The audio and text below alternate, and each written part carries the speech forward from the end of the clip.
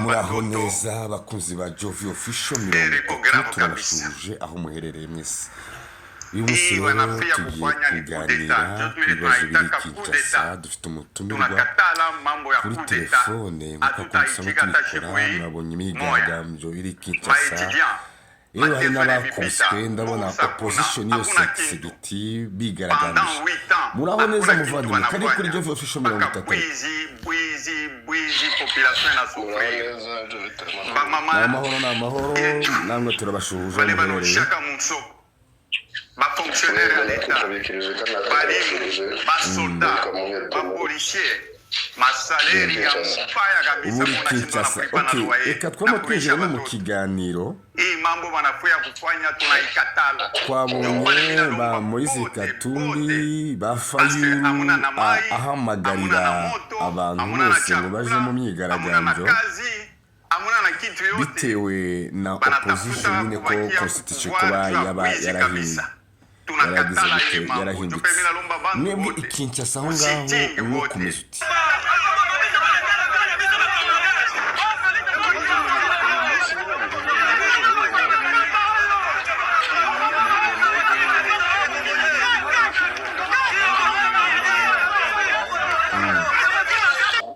Ugiye kureba usanga ibyo abantu bavuga ntaho bihuriye n'ibyo njye mbona. Mu mujyi hari ameze nk'uko hasanzwe utembera nta kibazo na kimwe cyari gihari. Nabibonye njyewe najya kuri media nk'abandi bose, nkamwe mutari Kinshasa cyangwa mutari muri Congo. Ariko iyo tubona umwuka mu baturage ubundi bishimiye guhindurwa kwa constitution ya Congo, bimeze biti?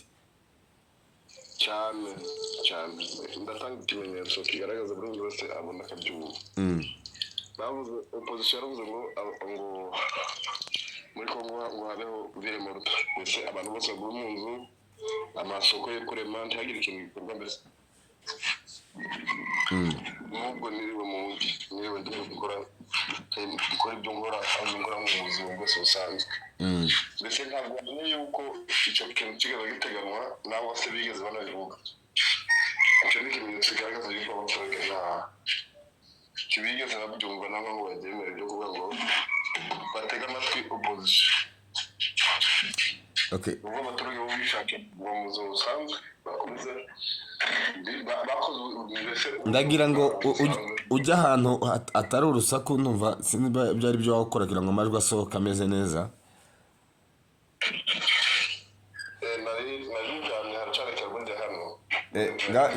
Nyine nagira ngo usobanurire neza nta rusaku rurimo. None abaturage ubwabo babifashe bate? Barabyakira, babimeze bite? Abaturage ntabwo bigeze bakora ville morte kuko byari byasabye na opposition. Twakoze ubuzima bwacu busanzwe, ntabwo wamenyaga yuko opposition igeze isaba yuko abantu badakora ikintu na kimwe. Impamvu icyo ni kigaragaza yuko ntabwo bigeze bemera ubusabe bwa opposition. Ejo nabonye nyine bavuga bakoze imyigaragambyo, noneho hizira abantu muri opposition ba Fayulu n'abandi bagenzi babo. Nabwo nta baturage babonaga yuko bahari mu makate yose, kuko nabikubwiye niriwe ndembera mu gisina nabimenye pe nabibonye mu marezo sosiyo nk'abandi. Icyo ni ikintu kigaragaza yuko opposition ntabwo abaturage bayiteze amatwi. Nkabambwira ngo abantu babyumve, bongera basubire mu mateka y'igihe cya Kabila, ubwo societe civile n'abaactiviste bonyine bateguraga imyigaragambyo igakorwa mu gihugu hose, nta hantu namwe hasigaye. Ariho hapfuye witwa Mukendi yarashwe na Kabila icyo gihe, arasirwa ku rusengero rw'Abagatolika ruri ahantu hano mu mujyi. Ariko niwe yari mu activiste uzwi ukora imyigaragambyo avuga ko Kabila agomba kuva ku butegetsi, ko nako itagomba guhinduka kubera ko Kabila nawe yigeze kubishaka, ariko ashaka ngo ihinduke agume ku butegetsi. none nta rubyiruko rwigeze ruza mu muhanda wenda ruje gushikira aba Fayulu na ba Moise Katumbi wenda n'aba opposition bose. Ukuri ntabwo iyo biza kuba byarabaye ku buryo kuko babyifuzaga twese tuba twarabibonye. None reka nkubwire ukuri, igihe bajya barakora imyigaragambyo yo kwamagana wenda u Rwanda ku rugero kuko bajya bikora batembera umuhanda wose ukazima tukabona aho tunyura tukabona aho tunyura neza. Iyo twakoze imyigaragambyo nyayo ishigikiye ibikorwa byo kugira ngo tubone amahoro nangwa tubone umudendezo mu gihugu, baturuka mu gitondo bakageza ku mugoroba bigeze kuri minsi 3 imyigaragambyo ikurikiranye mu kwezi kwa mbere k'uyu mwaka bamaganiye intambara ya M23. Iminsi 3 ikurikiranye nta muntu uri gupima kunyeganyega aho ariko ubu kubera ko byakozwe n'agatsiko k'abantu batakenewe n'ibyo bari kuvuga bitumvikana. Ni ukuri kw'Imana ntabwo namenye ko habaye imyigaragambyo. Njye nabimenye kuri media, ntabwo sinigeze menya ko habayeho kuvuga ngo bamagane yuko constitution idahinduka. Okay, nuvuga ngo abaturage ntago bigeze bitaba ba Moise iyo opposition ngo wenda ngo babashike ko twagiye tubona ba Fayulu ngo twabonye bakubiswe, sizi nimba ari nabandi bakomeje kwagirira ibiba kwibaza bakubiswe n'abaturage, bakubiswe na polisi, bakubiswe n'abasirikare, bakubiswe n'abandi. Reka maze mbwire ko Fayulu ari umuherwe, ntabwo ari umukire n'umuherwe. No muherwe. Ugiye ukareba parite yose yegereye Fleuve Hotel yitwa Fleuve Congo, Hotel du Fleuve, ni hotel nini ya kera ikomeye, iri mu hotel nk'atanu nawe atatu akomeye hano muri Kinshasa.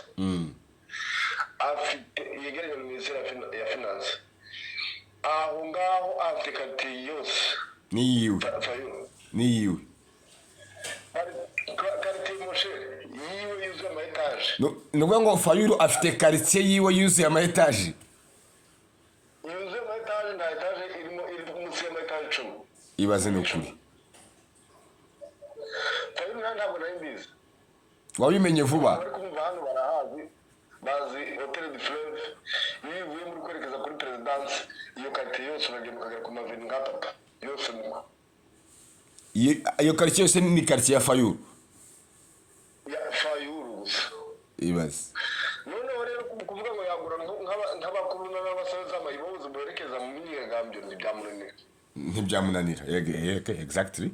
Ntabwo bishoboka na gato. Yababona muzi ubukungu bwa famiye ya uriya uyu muza Katumbi, Moise Katumbi.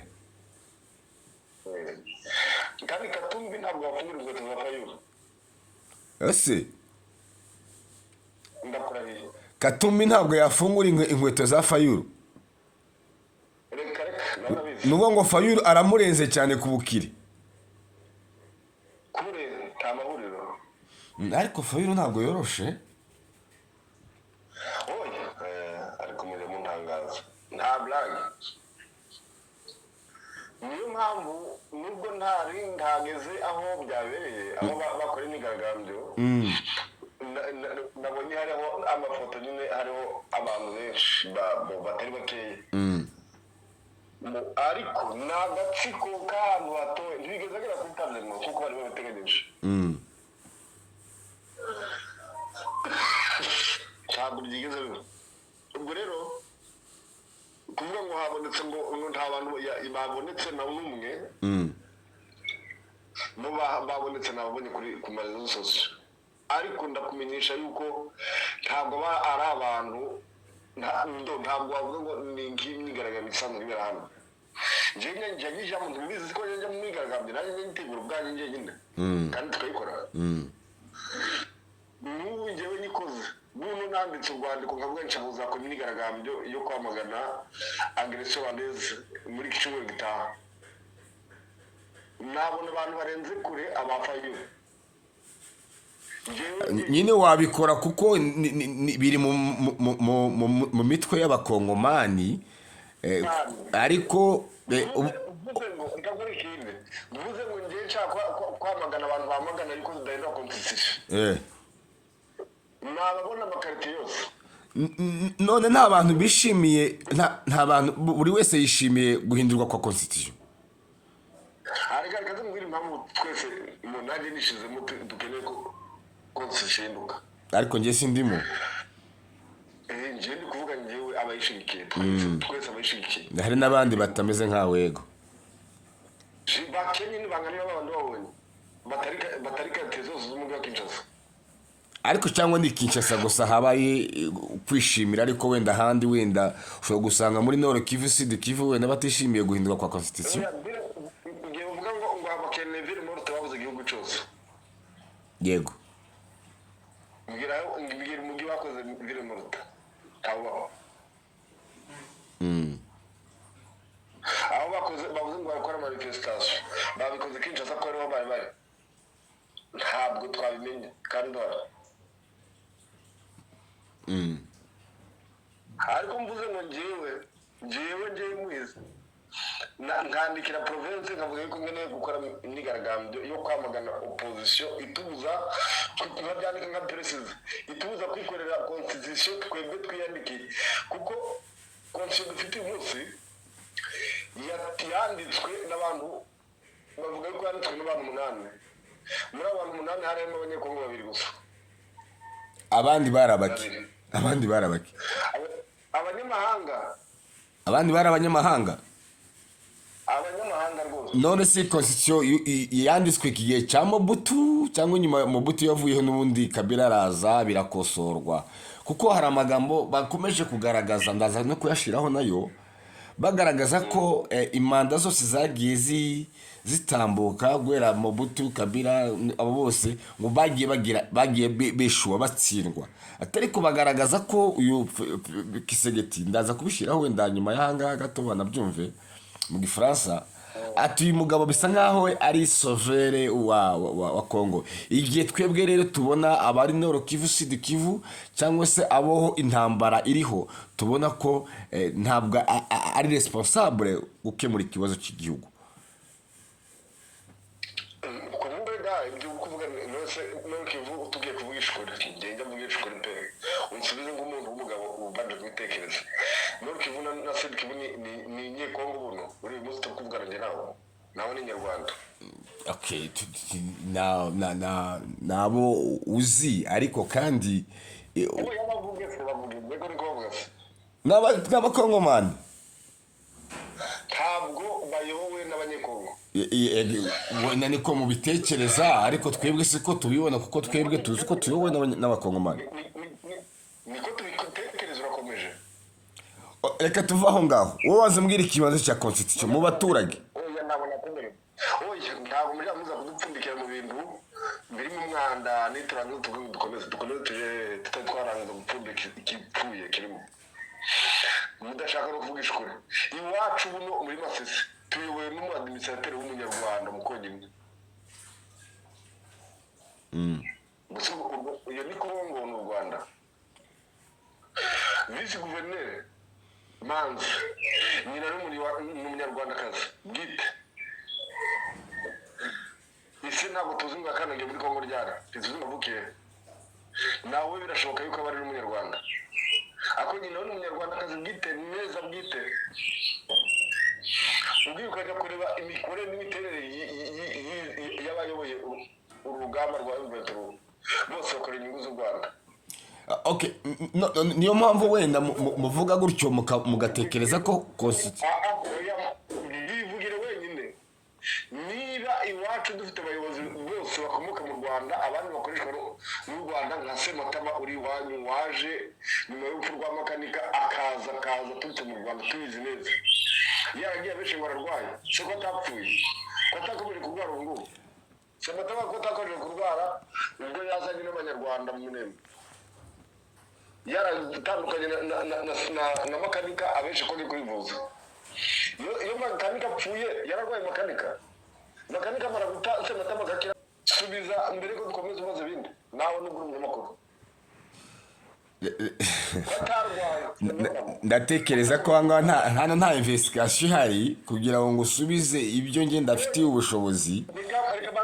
Wewe wenda ushobora kuba ufite uri umuntu muzima ntabwo uri umunyamahanga noneho precisement uri umunyamurenge uzi neza amakuru y'Iminembwe uzi sematama ko yavuye muri Rwanda akabesha yuko yarwaye rero bisa nkaho bimaze kuba confirme yuko itegeko nshinga rigomba guhindurwa. tutarihindura tujya gukorerwa constitution n'abandi ntabwo twize ntitwandika ntabwo tuzi ibyo dukeneye.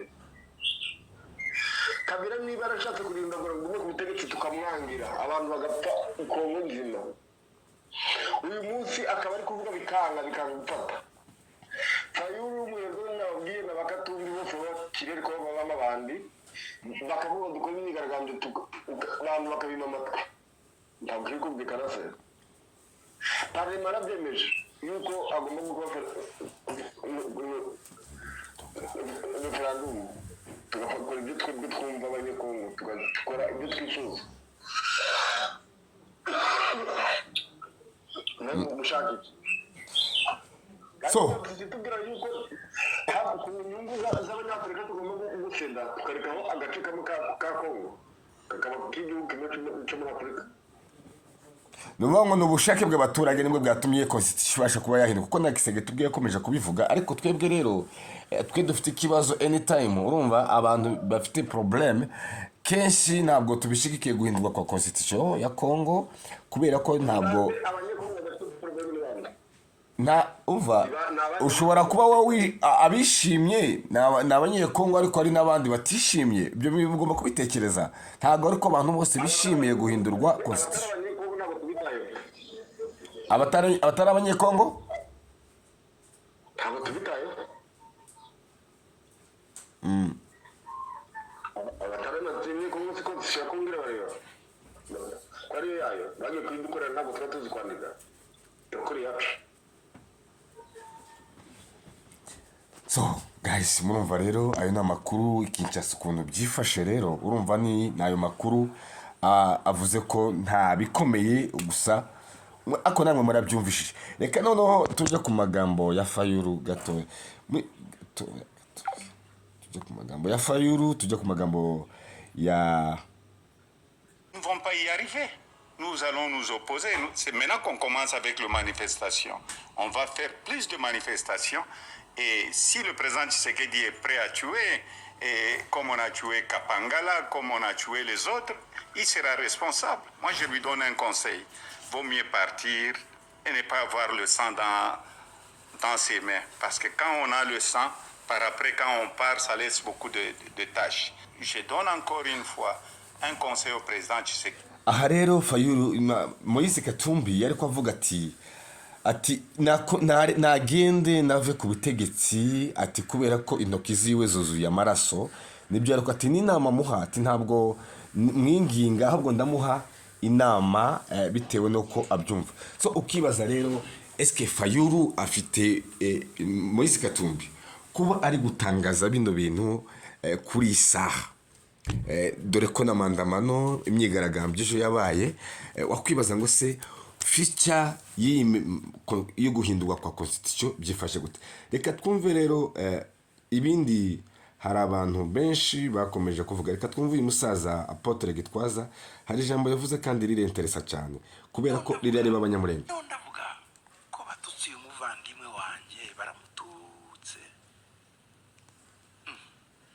aba bari ku rubuga ntibafite abavandimwe bafite bene wabo ntibafite iki ese bo nibapfa umuntu nawe akandika akabatuka tuzarangiza ibi bintu ko tuzahora muri cycle ngize ndya Imana ishimwe hari abo bazagira ngo vamo ndashogotse exit muri groupe nari nanakabuze sinariza ukaba ndagashakisha kandi kabura uwo mbwira ngo nangu umutima ukaba ngo telefone wa muntu wangureho sinzi ubona bajije ese kumbuga bazavaho gute ngo hari ahantu uzukora handitse ngo exit ndagahiga ndakabona mbona nkavuyeho kuva icyo gihe singiye kwibabariza umutima nka Loti Sodoma ko turapfusha bawukarira undi agaseka. Ibi bireba abanyamurenge ko turapfusha wowe ugaseka undi agaseka, undi akarira undi agaseka. Bica Isaac Rabin wo muri Israel, yari premier ministre. Umunyeshuri yarasutse muri universite yavuye kuvugamo, barimo bakora ibya Israeli, agerageza kumvikanisha ko batanga duce dutoya kuri Palestine donc agerageza Isaac Rabin kumva turebe ko twabona amahoro.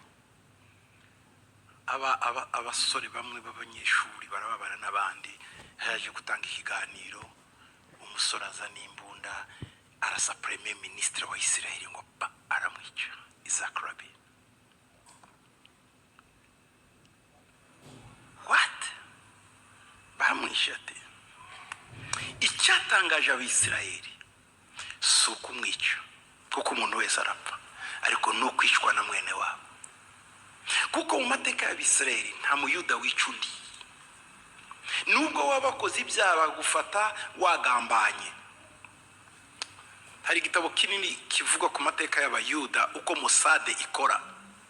Bigeze gufata umusore wa Mossad wagambaniraga Israeli ahungira muri Australia, baramuzana, yakoraga i Beersheba mu epfo ikuzimu mu makave, mu bintu bireba intwaro zigezweho barimo bakora.